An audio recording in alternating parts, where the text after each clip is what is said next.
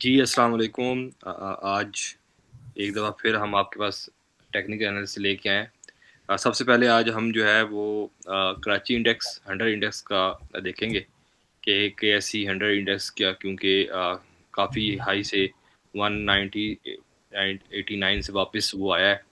और अब हम देखते हैं कि इसके लेवल्स हमने पहले भी थोड़े से डिस्कस किए थे, और अब हम देखते हैं कि अब इसमें हमें कहाँ सपोर्ट और मिलती है। जी वाला केएसई 100 इंडेक्स, बहुत सारे लोग परेशान हैं। पाक ईरान और अमेरिका की इस पे भी सेंटिमेंट्स आ रहे हैं, और हमारे तो पाकिस्तान की मार्केट ऐसी होती है कि अगर दुनिया के किसी छोटे से मुल्क में कोई मसला बन जाए तो हमारी मार्केट जो है वो कोलैप्स कर जाती है। तो आपको क्या लगता है यहाँ पे? अस्सलाम वालेकुम सर। बिल्कुल ऐसा ही लगता है कि जब भी किसी भी कोने में कोई हालात ख़राब होने लगते हैं तो सबसे ज़्यादा दुःख हम लोगों को ही लगता है और सबसे ज़्यादा इम्पैक्ट हमारी ही मार्केट लेती है। यहाँ पे अगर हम टेक्निकल बेसिस पे बात करते हैं तो हमें दिसंबर 9 से आज की डेट तक एक बेयरिश डाइवर्जेंस तो नज़र आ रही है और उम्मीद यही की जा सकती है कि अगर ये ट्रिगर होती है तो ये हमें बहुत नीचे तकरीबन 144 से लेके आसपास हमें कहीं ये नज़र आ सकती है इसकी प्राइस को। लेकिन आज की क्लोजिंग को देखते हुए हम ये कह सकते हैं कि अगर इसमें करेक्शन आती है तो ये मार्केट ज़्यादा इम्पैक्ट इस दफ़ा नहीं लेगी। अगर मार्केट सपोर्ट लेती है 178 पॉइंट 178 के से, तो हम आने वाले दिनों में इसको 191 के दरमियान देख सकते हैं सर। सही हो गया, मतलब इसका मतलब है कि बहुत ज़्यादा को बीरिश जोन आ गया तो फिर परेशानी होने की ज़रूरत है। फिल वक्त मार्केट अगर आज क्लोज हुई है तो मज़ीद ज़्यादा से ज़्यादा जो इसके पास हमारी मेजर सपोर्ट है वो 178 के पास है। उसके बाद मेरे ख्याल में वहाँ पे 174 होगी, और फिर जो मेजर सपोर्ट जो पहले भी एक लेवल बना था 163 का, कि मार्केट ने वहाँ पे बहुत अच्छी एक सपोर्ट बनाई थी। तो ये कुछ हमारे पास सपोर्ट्स के लेवल है। 144 is far away from here. मेरे ख्याल में वो बिरिश जोन हमें बहुत दूर नज़र आता है। उससे पहले बिल- हमारे पास बहुत सारे जोन नज़र मिलेंगे, और अगर हमें लगा कि यहाँ पे अब मार्केट वाकई ही बिरिश जोन में जा रही है तो हम, जाहिर बात है, कुछ ये जो हमारे ब्रेक इवन पे होंगे short term to mid term के टारगेट्स को हम कोशिश करेंगे फिर वहाँ से ब्रेक इवन पे पैसा कैश होल्ड कर लें। तो आज का जो हमारा पहला स्टॉक है वो एनसीपीएल है, निशात का। मार्केट गिर रही है और ये बढ़ रहे हैं, तो लोग इस पे जानना चाह रहे हैं कि इसके ऊपर हमने पहले भी एनालिसिस किया था।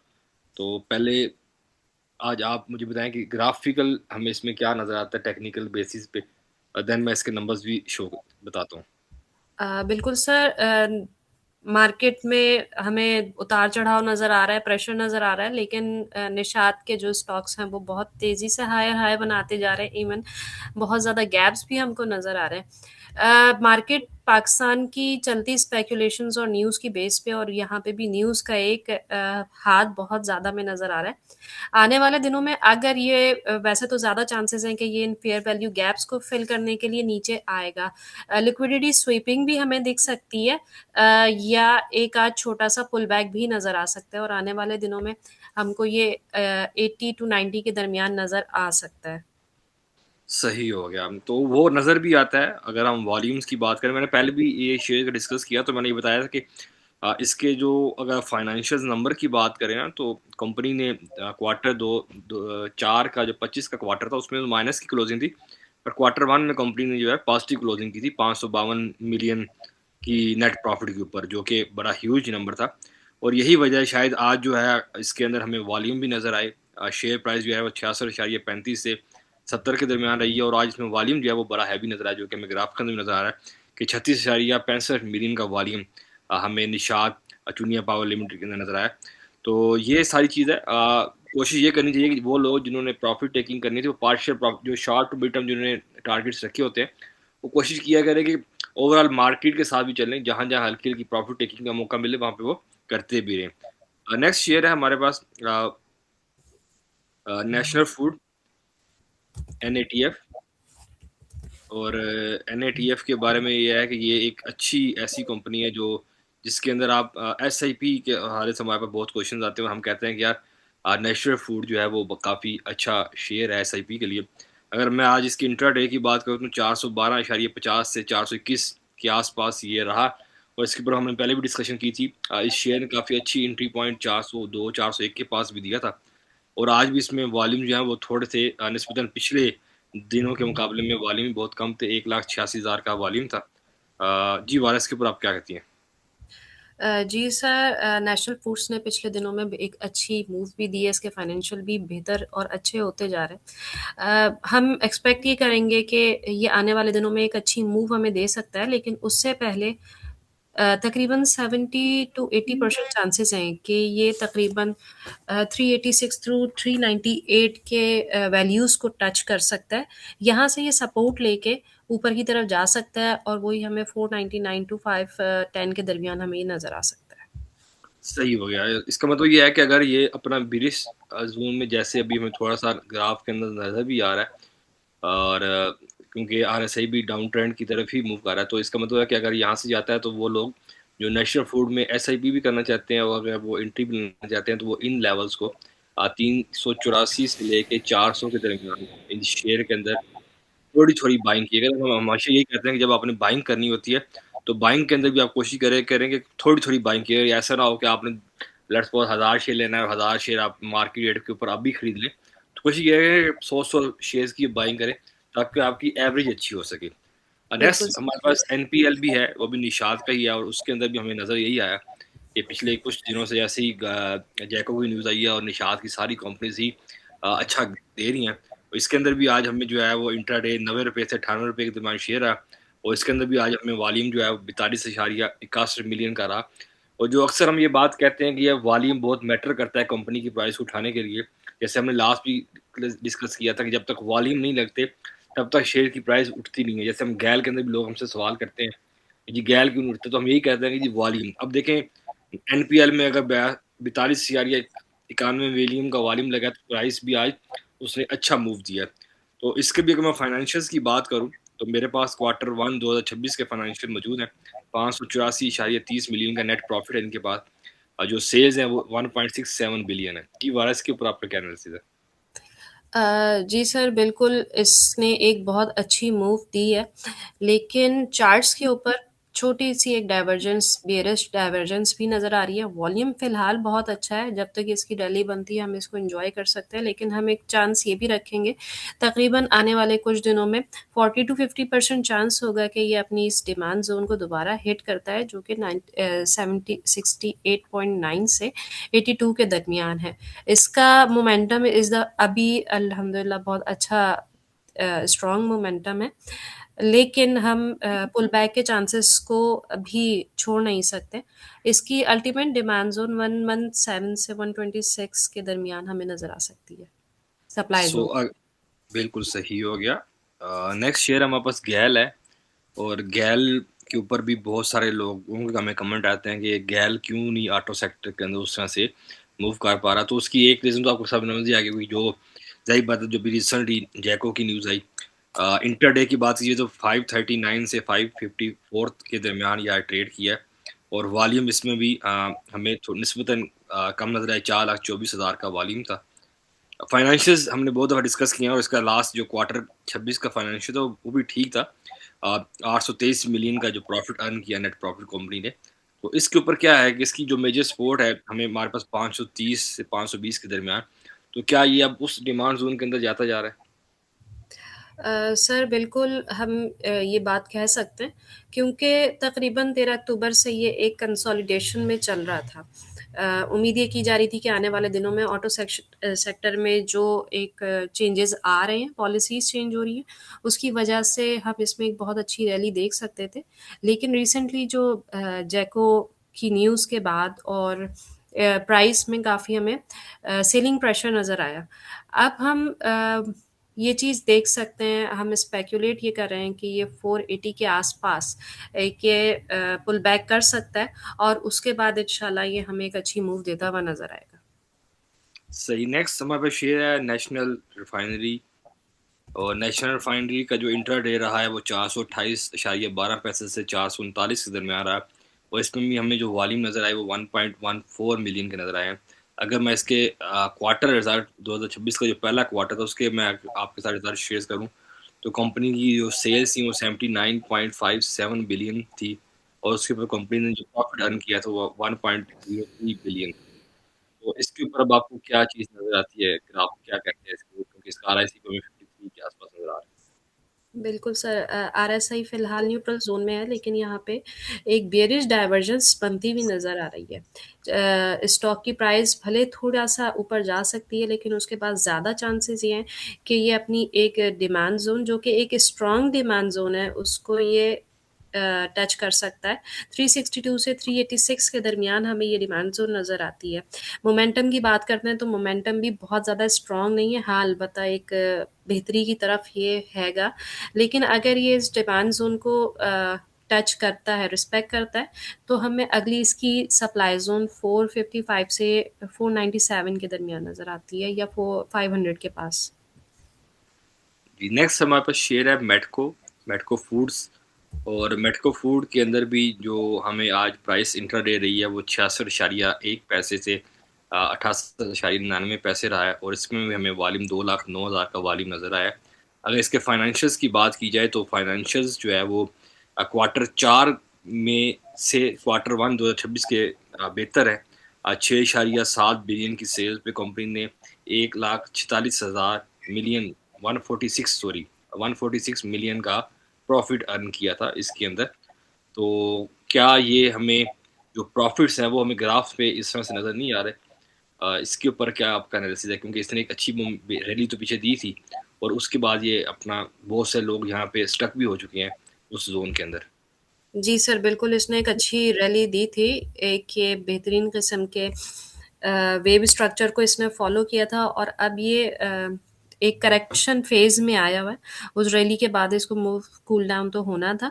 मोमेंटम की हम बात करते हैं तो हमें बहुत अच्छा स्ट्रॉन्ग मोमेंटम नज़र नहीं आ रहा है। साथ-साथ आरएसआई हमें न्यूट्रल ज़ोन में तो नज़र आ रहा है, लेकिन ये एक तरीके से हमें कम होता हुआ भी नज़र आ रहा है। उम्मीद यही है कि आने वाले दिनों में ये इस प्राइस रेंज को ब्रेक नहीं करेगा, थोड़ा कंसोलिडेट करेगा इसी प्राइस रेंज में, 63 से 76 के दरमियान।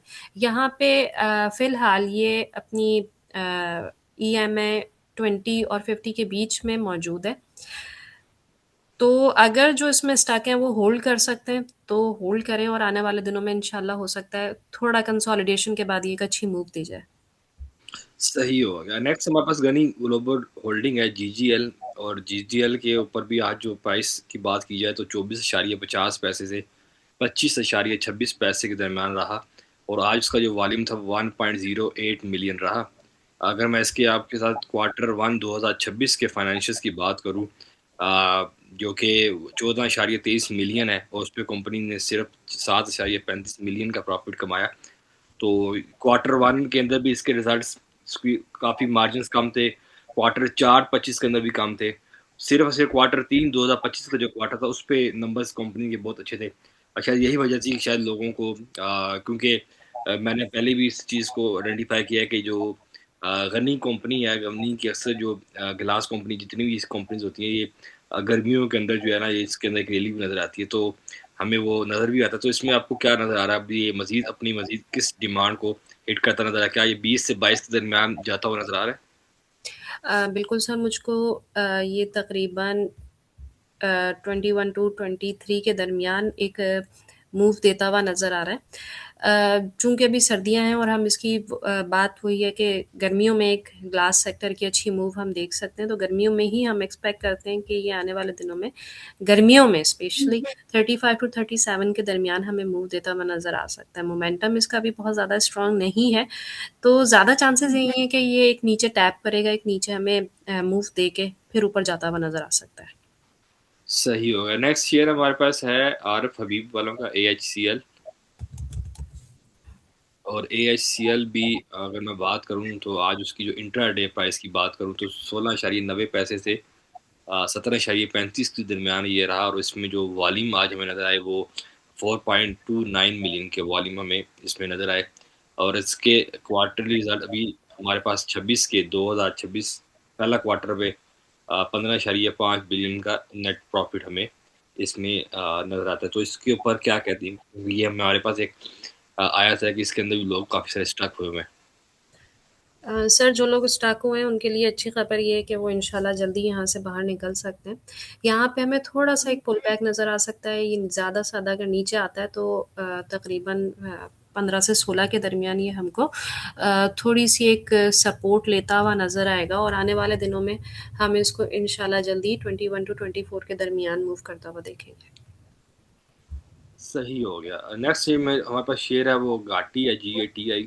और उसकी जो हमारे पास जो इंटरडे आज प्राइस रही है वो 115 से 118 के दरमियान रही है। और उसकी अगर मैं वॉल्यूम की बात करूँ तो सिर्फ 63 के का 63,000 का वॉल्यूम आज हमें इसमें नज़र आया, बहुत कम। फाइनेंशियल्स की बात की जाए तो क्वार्टर 1 2026, क्वार्टर 4 2025, क्वार्टर 3 2025, क्वार्टर 2 2025। ये वो क्वार्टर है जिसमें कंपनी मुसलसल लॉस के अंदर है। और मैं अक्सर आइए बात करता हूँ, हमारे पास कल कमेंट भी आया था कि दीवान सीमेंट के बारे में बताएं। तो मैं हमेशा ही लोगों को कहता हूँ कि प्लीज़ जब भी आप किसी भी कंपनी में इन्वेस्टमेंट करने लगे तो प्लीज़ उसकी फाइनेंशियल रिपोर्ट पढ़ लिया करें कि आया तो कंपनी अगर मुसलसल लॉस ही दिखाती है, मतलब ये भी एक होता है कि कंपनी अपने फाइनेंशियल रिपोर्ट में लॉस पर शेयर दिखाती है, ठीक है, अर्निंग पर शेयर या अर्न पर शेयर नहीं दिखाती, तो कोशिश किया करें। अब इस कंपनी ने क्वार्टर 2026 के पहले क्वार्टर में सेल्स तो 7.24 बिलियन की है और उसके बाद -394 मिलियन का लॉस। तो ये चीज़ हमें आप लोग कोशिश करें कि 540-50 कंपनी मौजूद है, उनके अंदर किसी और अच्छी कंपनी में चले जाएं, ऐसी कंपनी में स्टक ना हुआ करें। जी वारा, इसके ऊपर क्या ख्याल है? इसमें बहुत सारे लोग स्टक हुए हैं मुझे लगता है। बिल्कुल सर, स्टॉक हुए हुए होंगे। वॉल्यूम यहाँ पे हमें कोई ख़ास अच्छा ज़्यादा नज़र आ नहीं रहा है। डेफ़िनेटली यहाँ पे बायर्स का इंटरेस्ट इतना ज़्यादा है नहीं। हमें कंसोलिडेशन में नज़र आ रहा है।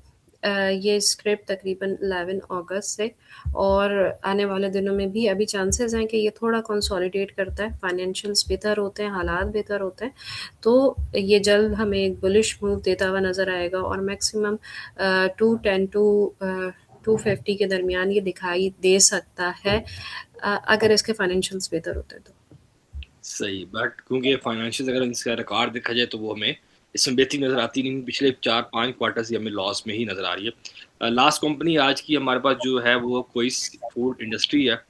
अगर आज की प्राइस की बात की जाए 31.50 पैसे से 34.30 पैसे, और वॉल्यूम बात की जाए तो 6.8 मिलियन का वॉल्यूम उसमें हमें नज़र आया।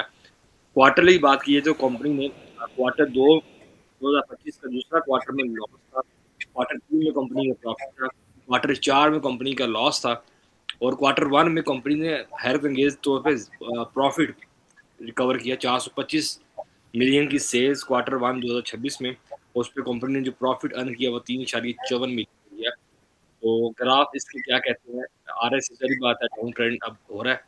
तो क्या वो लोग जो लोगों ने प्रॉफिट टेकिंग करनी है वो यहाँ पे कर सकते हैं ताकि वो नीचे अ, अच्छे खा लें? जी सर, बिल्कुल जो लोगों ने प्रॉफ़िट टेकिंग करनी है वो कर लें, क्योंकि आने वाले दिनों में ये थोड़ा-सा और डाउन ट्रेंड होता हुआ नज़र आ रहा है। जैसे पिछले दिनों में इसमें काफ़ी गैप्स नज़र आए।